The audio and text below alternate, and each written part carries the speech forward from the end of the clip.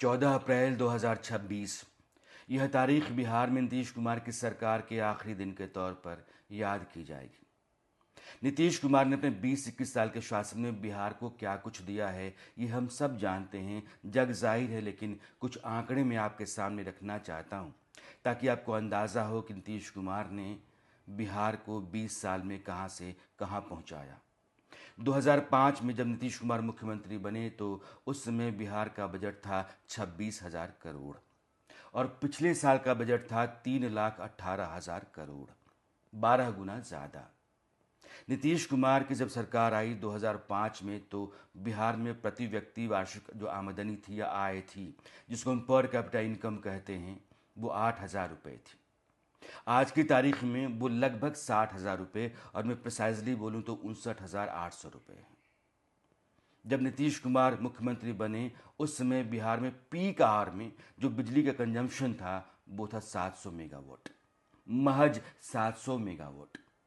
और आज की तारीख में पीक टाइम में जो बिजली का कंजम्पशन है वो 8,700 मेगावाट। आज की तारीख में जो पर कैपिटा बिजली कंजम्पशन है, पर यूनिट 363 यूनिट प्रति व्यक्ति बिजली का कंजम्पशन है और 2005 में कितना था? 75 यूनिट। अंदाज़ा लगाइएगा आप। बिजली के खंभे थे तो तार नहीं, तार और खंभे थे तो बिजली नहीं। बिजली देखने के लिए लोग तरस जाते थे। आज 24 घंटे बिजली रहती है।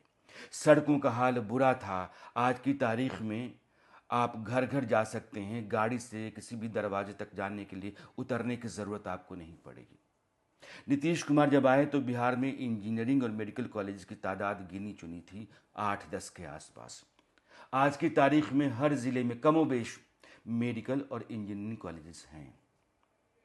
नीतीश कुमार की सरकार जब 2005 में आई तो बिहार में जो लिटरेसी रेट है, साक्षरता दर जिसको कहते हैं, वो 47% और आज की तारीख में वो 75% के आसपास मानी जाती है। नीतीश कुमार के आने के समय यानी कि 2005-06 के आसपास बिहार का जो TFR था, टोटल फर्टिलिटी रेट, वो 4.2 था, राष्ट्रीय औसत से कहीं ऊपर। उसको नीतीश कुमार ने 20 साल में अपने कोशिशों के जरिए 2.4 पर पहुंचाया। लेकिन सबसे ज़रूरी बात है महिलाओं और बच्चियों के लिए स्कूलों में पोशाक योजना या साइकिल योजना, इसके ज़रिए स्कूलों में बच्चियों के नामांकन में कितना इजाफा हुआ हम सब जानते हैं, आंकड़ों के ज़रिए भी आप देखते हैं। लेकिन 2006 में नीतीश कुमार ने बिहार में एक क्रांतिकारी फैसला किया, महिलाओं को पंचायत में 50% की हिस्सेदारी दी।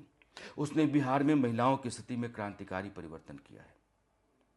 इसके अलावा चुनावों से ठीक पहले पिछले साल नीतीश कुमार ने बिहार की सरकारी नौकरियों में महिलाओं के लिए, बिहार की लड़कियों के लिए 35% आरक्षण भी सुनिश्चित किया।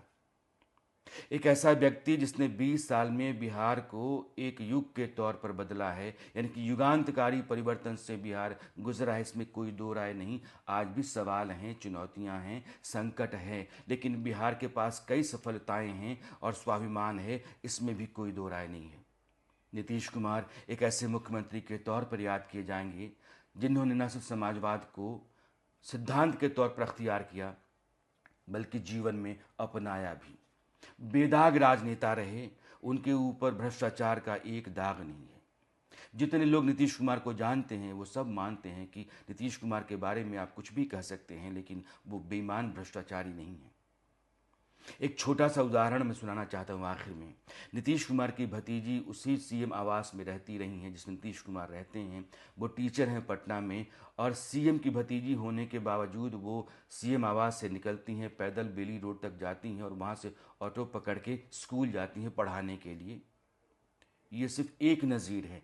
इस तरह के सैकड़ों नज़ीर हैं नीतीश कुमार के जीवन में जो बताते हैं कि नीतीश कुमार भारत में आज की तारीख में राजनेताओं की जो जमात है उसमें बहुत अलग हैं, बहुत विशेष हैं।